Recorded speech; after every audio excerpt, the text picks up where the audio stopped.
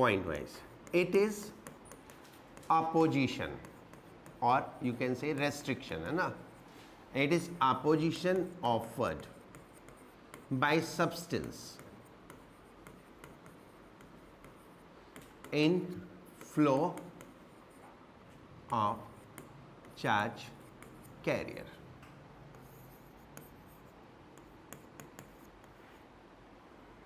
ठीक है, that is current.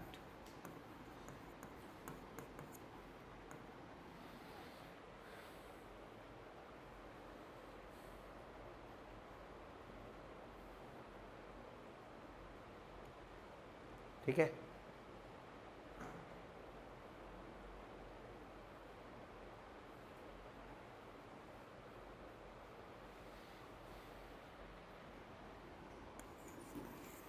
Substance with very low resistance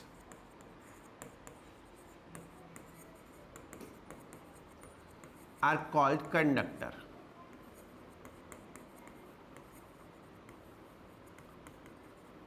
While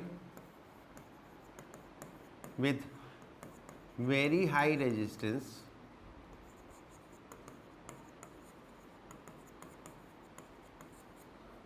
are called insulator.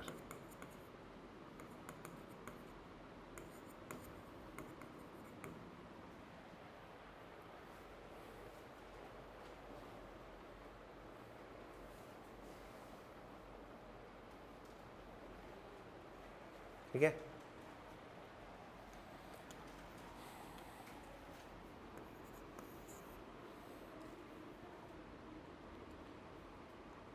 In any case,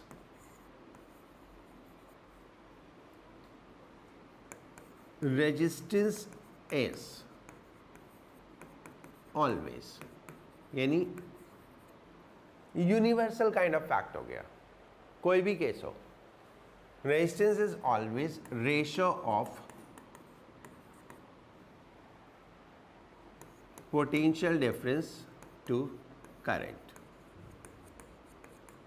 but it is independent of V and I for a small change. ठीक है. Large change क्यों नहीं? Why small change? क्योंकि large change में मैंने बताया क्या होता है, डेविएट कर जाता है. अगर लार्ज करंट में लार्ज चेंज होता है तो क्या होता है, वो ओम्स लॉ से डेविएट कर जाता है, तो फिर वो करंट पे डिपेंड करना शुरू कर देता है. ठीक है. करंट से हीट होगा, हीट से फिर रेजिस्टेंस चेंज होगा. राइट. ठीक है. Factors affecting resistance.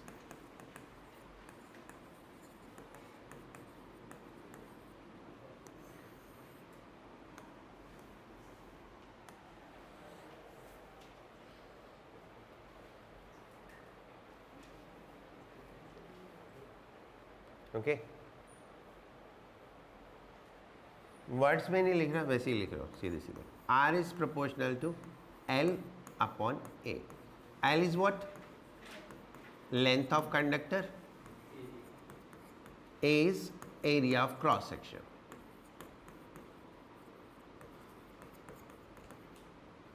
And proportionality sign हटाते हैं तो we get a constant rho. Rho is called specific resistance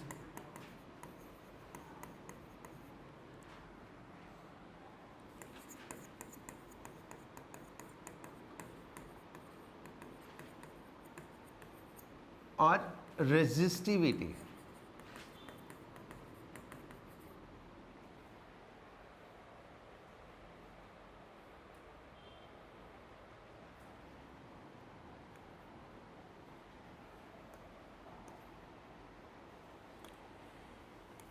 Rho depend on material and temperature.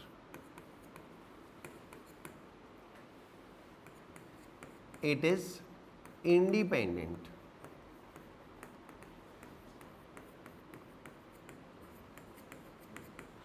of shape and size of conductor.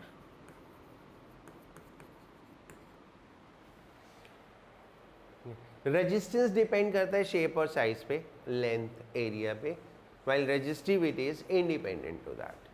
ठीक है, always remember जो proportionality constant होता है वो जिन proportionality से आता है उनसे हमेशा इंडिपेंडेंट होता है. लाइक आर आता है वी और आई की प्रोपोर्शनैलिटी से, तो आर वी और आई से इंडिपेंडेंट होता है. रो आया किस प्रोपोर्शनैलिटी से, आर एल एंड ए, तो ये इन तीनों से इंडिपेंडेंट होगा. ठीक है, और कुछ फैक्टर्स होंगे जिन पे ये डिपेंड करेगा. राइट, हो गया.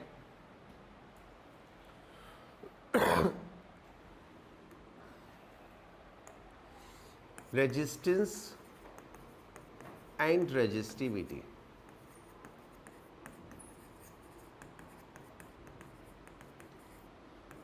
In terms of material parameter. क्योंकि ये मटेरियल पे डिपेंड करते हैं, तो मटेरियल में किन पैरामीटर्स पे डिपेंड करते हैं,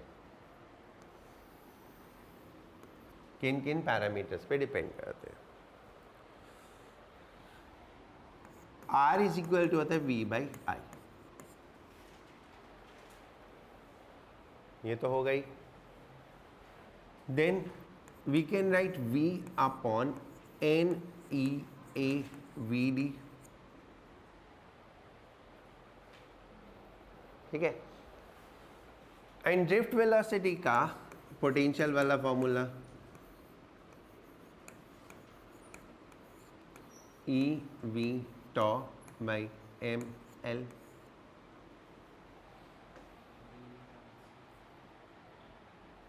वी कैंसिल हो गया, तो R is equal to M upon N E square tau L by A. ठीक है, ये तो हो गया resistance. But R is equal to rho L upon A. So rho is equal to m upon n e square tau.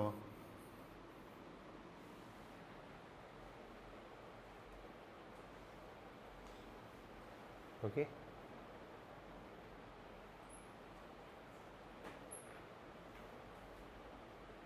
Clear?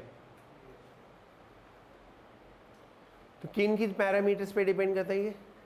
Mass of electron, charge of electron, then number density of electrons. Number density is what? How many electrons per unit volume exist. Then relaxation time. ठीक है, अब देखो relaxation time, temperature बढ़ने से कम हो जाता है तो रेजिस्टेंस बढ़ जाता है, रेजिस्टेंस बढ़ जाएगा. हम लॉजिकली बात कर रहे थे. ठीक है, अदरवाइज देखो तो फॉर्मूले के हिसाब से भी वही होता है. यहाँ तक कुछ पूछने नहीं.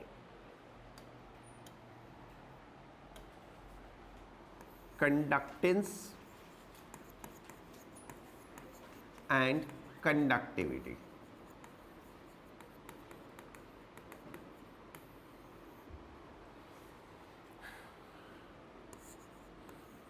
कंडक्टेंस G से डिनोट करते हैं.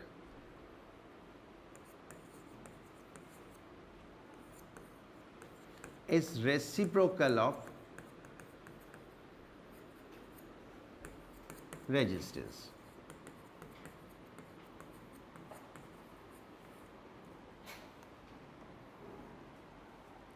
That is G is equal to 1 by R.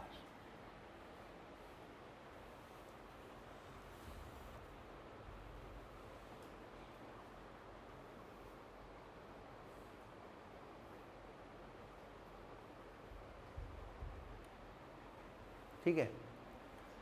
अब देखो रेजिस्टेंस की यूनिट क्या होती है? ओम। मैंने नहीं बताई क्योंकि मुझे पता है आप लोगों को पता है। और इसको कैसे सिंबल बनाते हैं?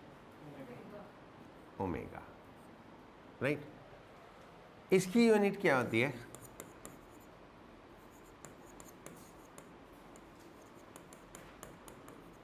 MHO, ओम का उल्टा, ओके, मो। एंड सिंबल भी ओम का उल्टा, ठीक है।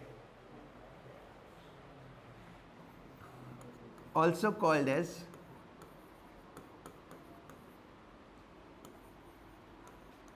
साइमन।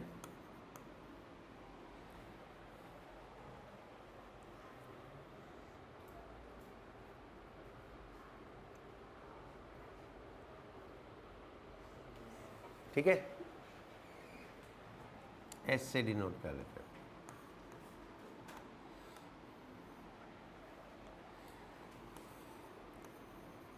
कंडक्टिविटी सिग्मा से डिनोट करते हैं। Is reciprocal of resistivity.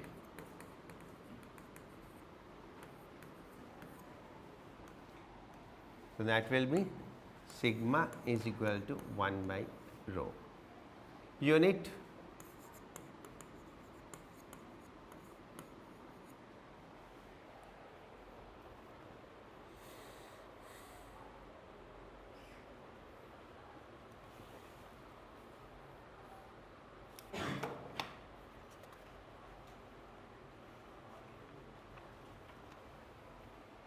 ठीक है।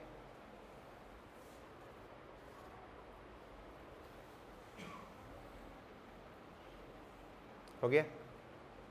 कुछ पूछना है यहाँ तक? And last for the day, relation between electric field intensity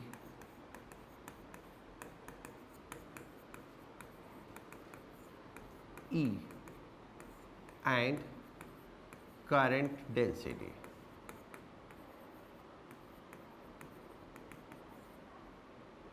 J से डिनोट करते हैं।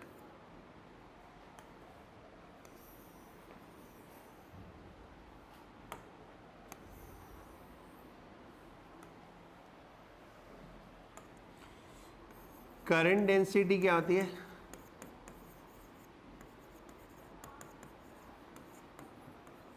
That is current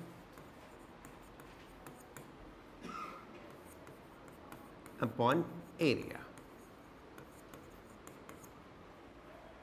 डिफाइन तो कर लोगे ना इससे, is the ratio of current to area, है ना, या करंट पर यूनिट एरिया, ठीक है। नाउ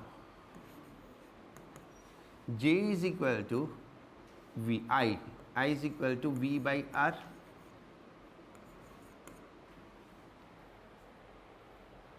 ठीक है, R is equal to rho L upon A,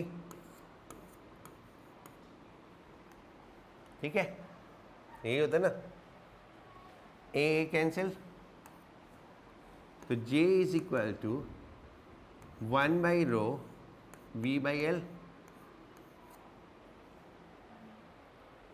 1 by row inverse of resistivity is conductivity और V by L is electric field. तो J is equal to sigma E।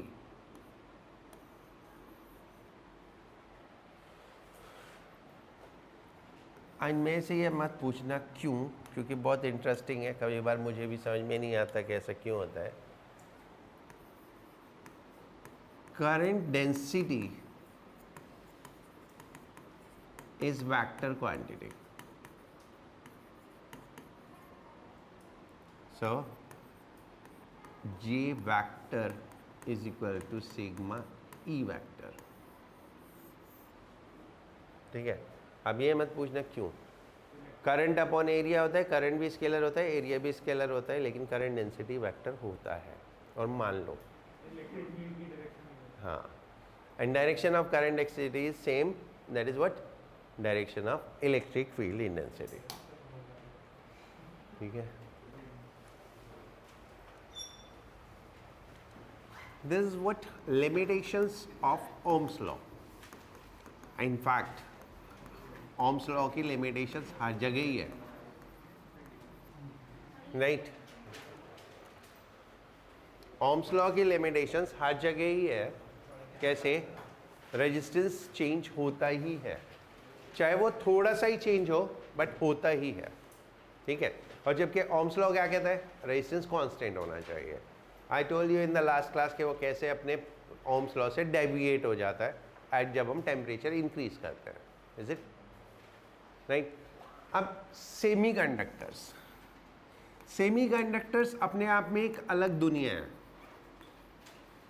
Right. In fact जितना भी digital revolution है ना, वो सब semiconductor के बाद ही आया था। ठीक है, सेमीकंडक्टर, सिलिकॉन, लाइक जो सब कुछ है। तो ये सेमीकंडक्टर्स ओम्स लॉ को फॉलो नहीं करते, बहुत रैंडम बिहेवियर करते हैं with respect to potential. Like अगर हम एक सेमीकंडक्टर की बात करें, गैलियम आर्सेनाइड,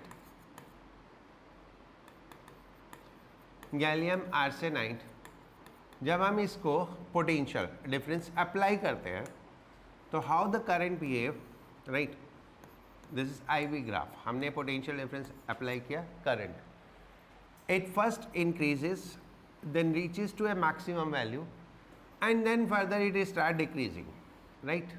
और अभी मैं ये एक्सप्लेन नहीं कर सकता कि क्यों ऐसा होता है, ठीक है, हाँ, बट जब हम सेमीकंडक्टर पढ़ेंगे then definitely you will learn कि क्यों, किस लिए सब कुछ होता है, because that's not a 1 or 2 minute or 5 minute job, it is a complete class job. Okay, तो अब अगर हम देखें तो इसमें क्या है,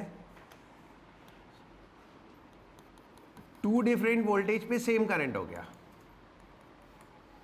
2 डिफरेंट वोल्टेज पे same current, so obviously it is not following the Ohm's law, right. So that is what is the limitation of Ohm's law at certain, in certain cases Ohm's law is not valid. ठीक है, okay, now done. कुछ पूछना है? नहीं, आगे चले।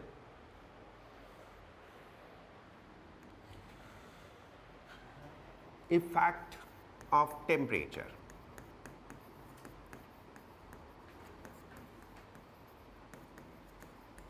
on resistance and resistivity.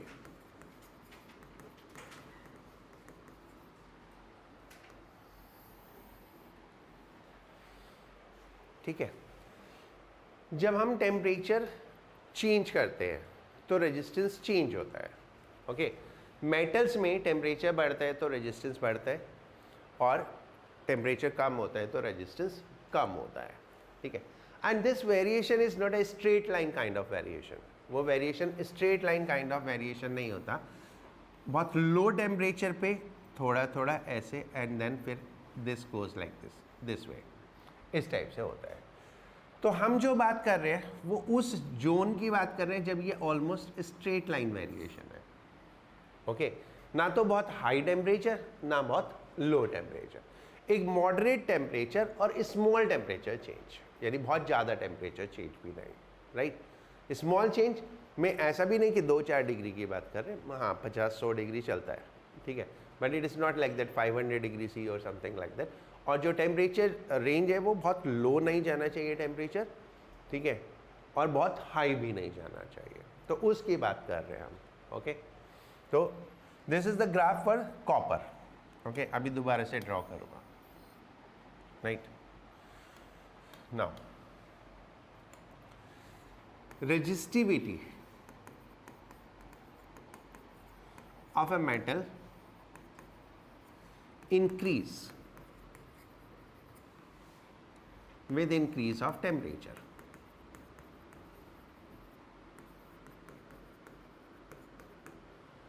This change is almost linear for not too large temperature change.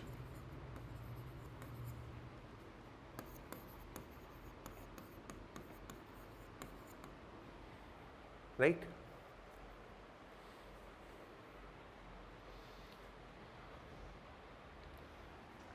At any temperature T, at any temperature T, resistivity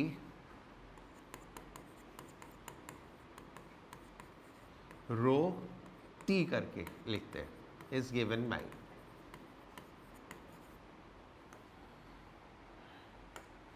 rho T is equal to rho naught 1 plus alpha T, where rho naught is resistivity at 0 degree C, and alpha is temperature coefficient of resistivity और resistance एक ही बात है, मतलब coefficient के लिए आप temperature coefficient of resistivity बोलो, ये टेम्परेचर कॉफिशिएंट ऑफ रेजिस्टेंस बोलो, ठीक है, राइट। ये अल्फा क्या है, it depend on material, different material के लिए डिफरेंट वैल्यू, ये कांस्टेंट है जो कि मटेरियल पे डिपेंड करता है कौन सा मटेरियल है, ठीक है, right. Simple formula information, right. For small change in temperature, for small change in temperature,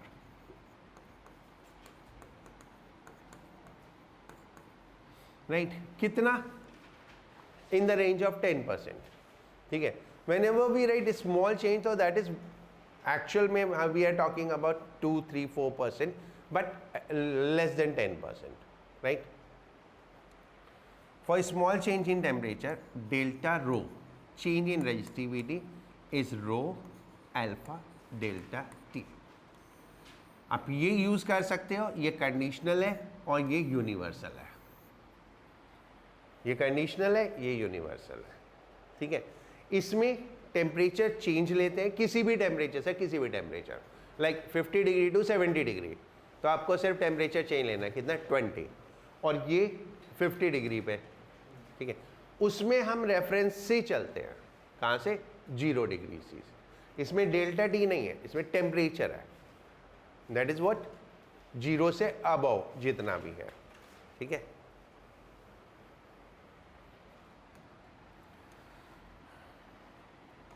If change in length L and area A due to temperature is neglected, being negligible, क्योंकि होता ही negligible है तो हम उसको neglect कर देते हैं, then resistance at temperature T degree C is given by same जो रेजिस्टिविटी वाला फॉर्मूला है, क्या, RT is equal to R0 1 plus alpha T. For a small change,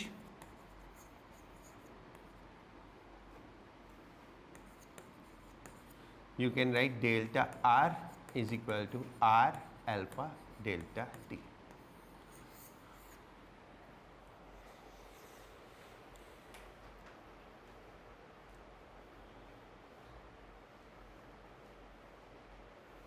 Right? ये तो है mathematical part. Now the next part is ये change होता कैसे है और चेंज होता क्यों है। Like in the last class we discussed about tau, relaxation time, कि जब टेम्परेचर में चेंज होता है तो रिलैक्सेशन टाइम चेंज हो जाता है और उसकी वजह से रेजिस्टेंस चेंज होता है, ठीक है। तो that is one of the factor, correct, okay.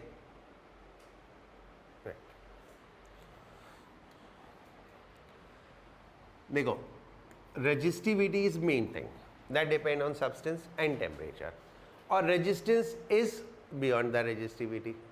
Resistance आता है रेजिस्टिविटी के बाद, resistance is R is equal to R naught alpha T, correct, R is equal to rho L by A।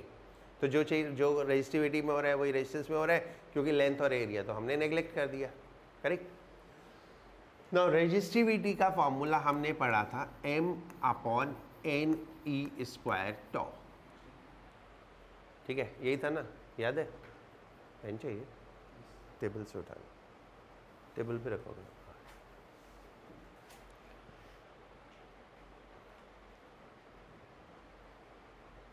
Okay. M/N/E square toe, M क्या है? M mass of electron,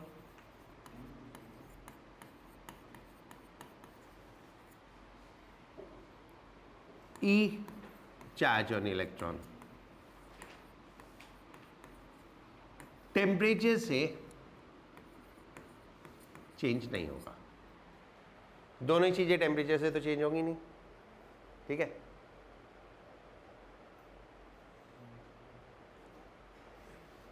okay, then what will change? बाकी के दो parameter कौन कौन से? N and tau. N is what? The electron density,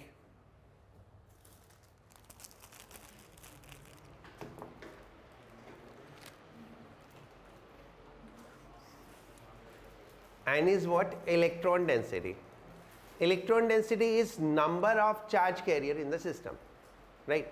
Metals में हम इसको इलेक्ट्रॉन डेंसिटी बोल सकते हैं, इलेक्ट्रोलाइट में हम इसको आयन डेंसिटी बोल सकते हैं, गैसेस में इसको आयन एंड इलेक्ट्रॉन डेंसिटी बोल सकते हैं।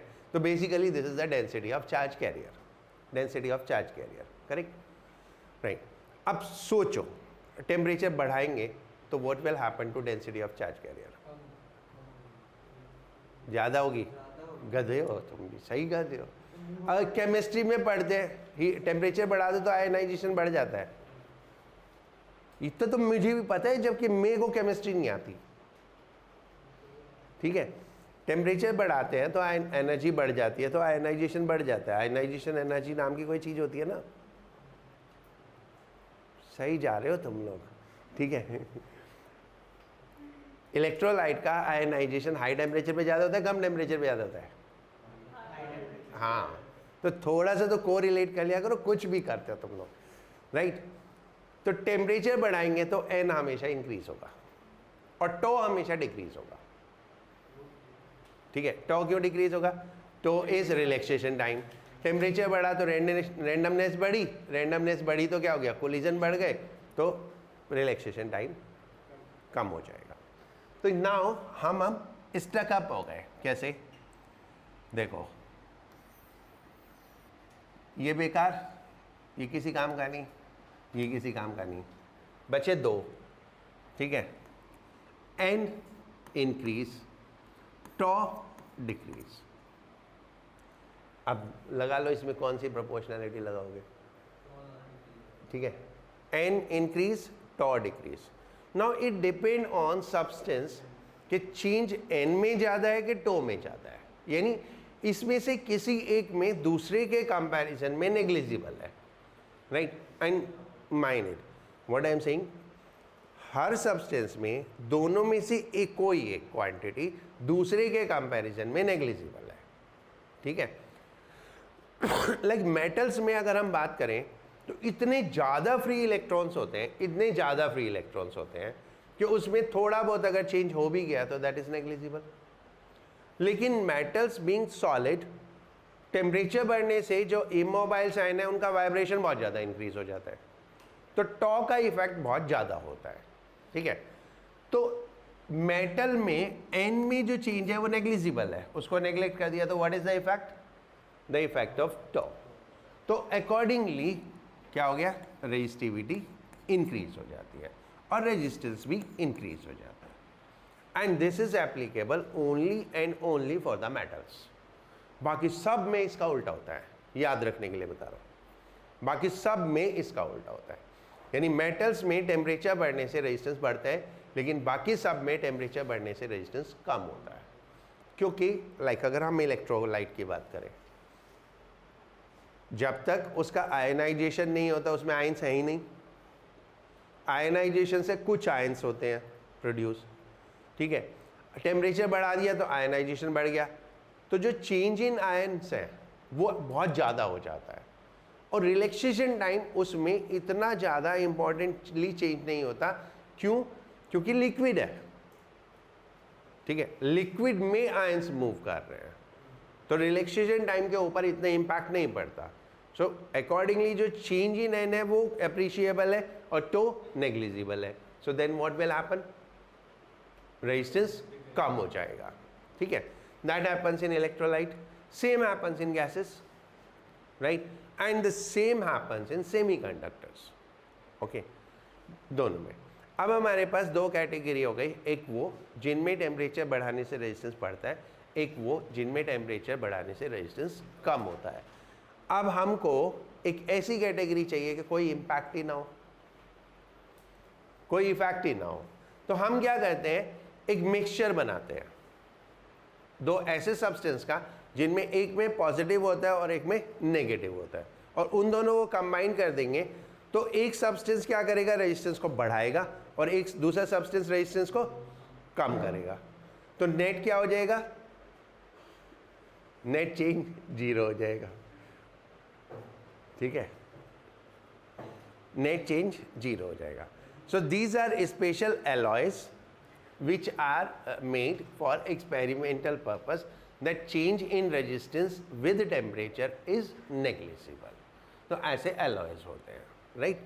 मैं थोड़ा सा लिख रहा हूँ, बहुत ज़्यादा नहीं लिख रहा हूँ, बाकी उसमें लिखा है वो तुम पढ़ोगे, है ना, अभी, okay.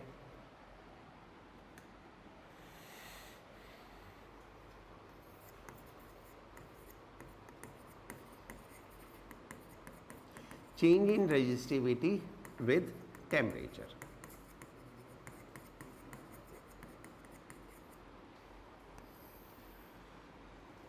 Rho is proportional to 1 by n tau. M and E constant.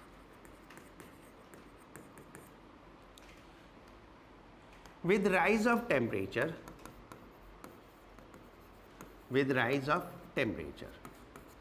n increase while tau decrease in all cases। यानी ये यूनिवर्सल फैक्ट है, n बढ़ेगा और tau कम होगा,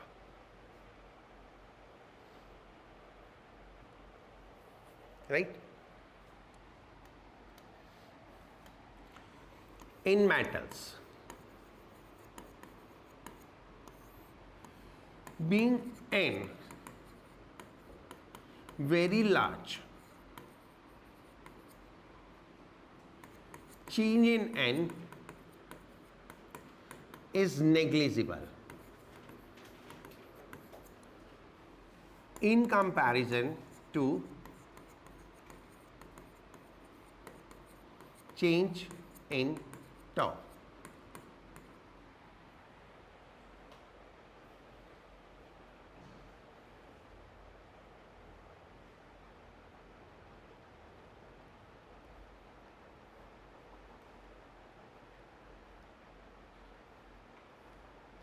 in comparison to change in tau।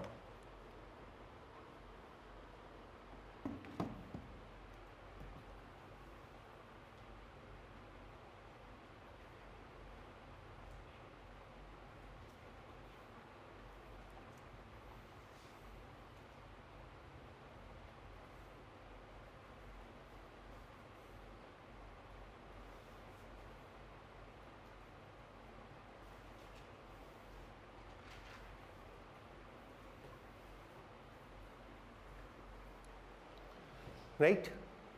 So rho and r increase with increase in temperature, right? ठीक है. Next, इन electrolyte में combine कर रहा हूँ, है ना, उसमें अलग अलग है gases and semiconductor.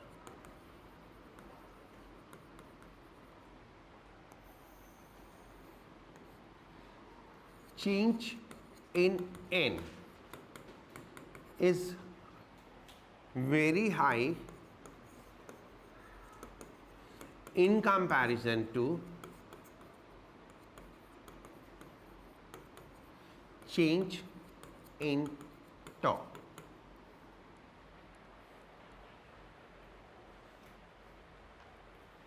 So rho and R decrease with increase in temperature.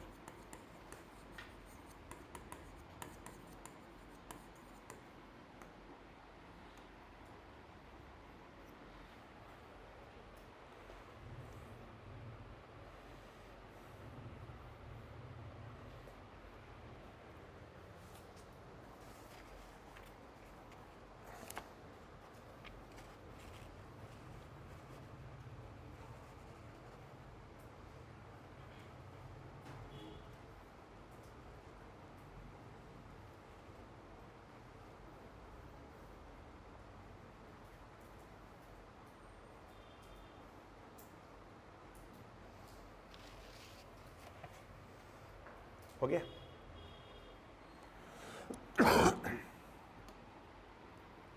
Alloys.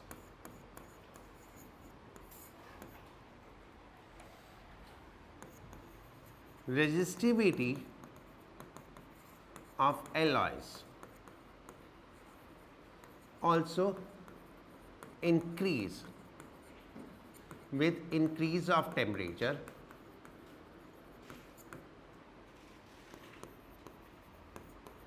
but this change is negligible.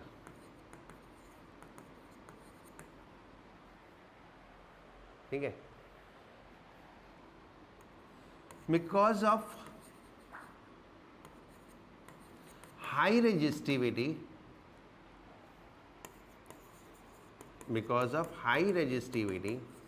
and low temperature coefficient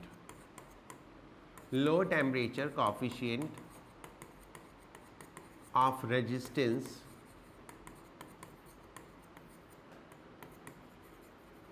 these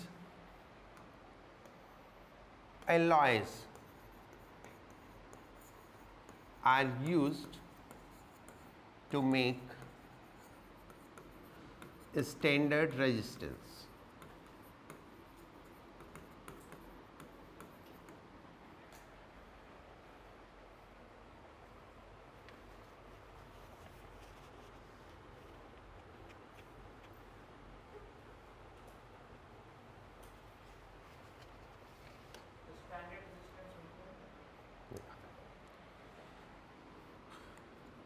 Some example are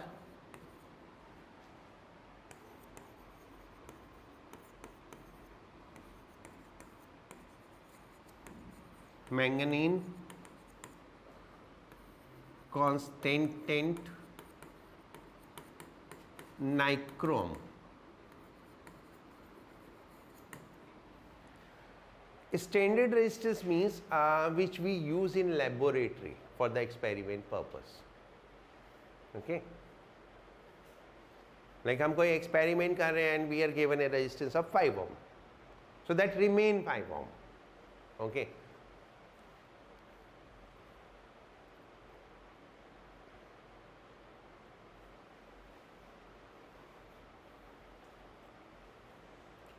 okay, right. Some of these alloys are manganene, constant and nichrome.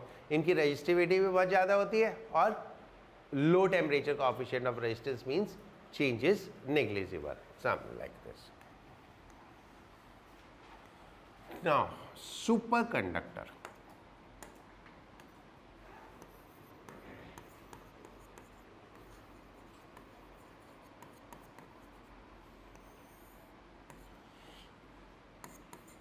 resistance of metal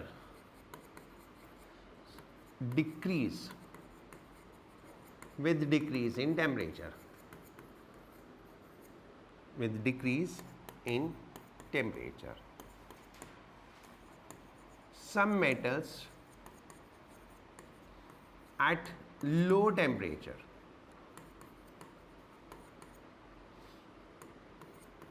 close to 0 K, ठीक है, बहुत लो. Some metals at low temperature close to 0 K shows zero resistance.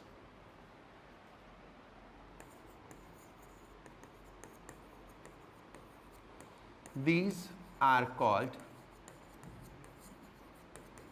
superconductor.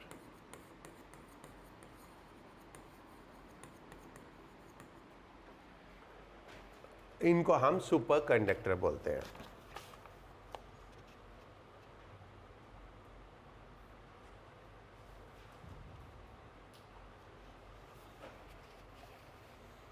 ठीक है.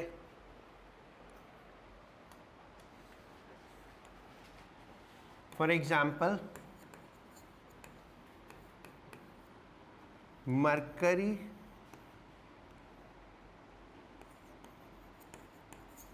becomes superconductor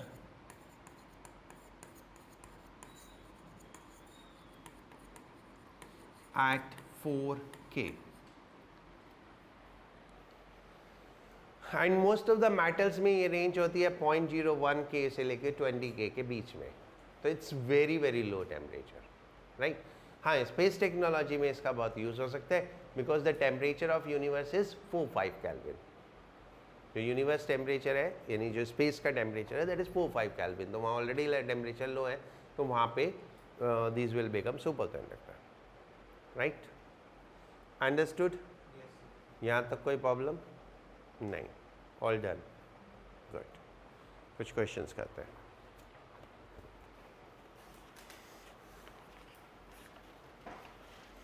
इसके graphs मैं बता देता हूँ एक बार.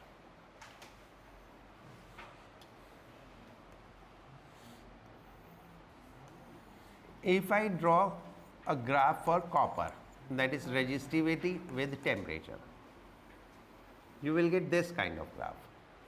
ठीक है. If I draw graph for nichrome, nichrome is what? Alloy. So this is like this. ठीक है. और ये बहुत कम चेंज है, ये बहुत कम चेंज है. लाइक अगर मैं मार्क करूं तो it is somewhat 1.1 and it is somewhat 1.2 and that is at the temperature 500 K. 500 K, ठीक है.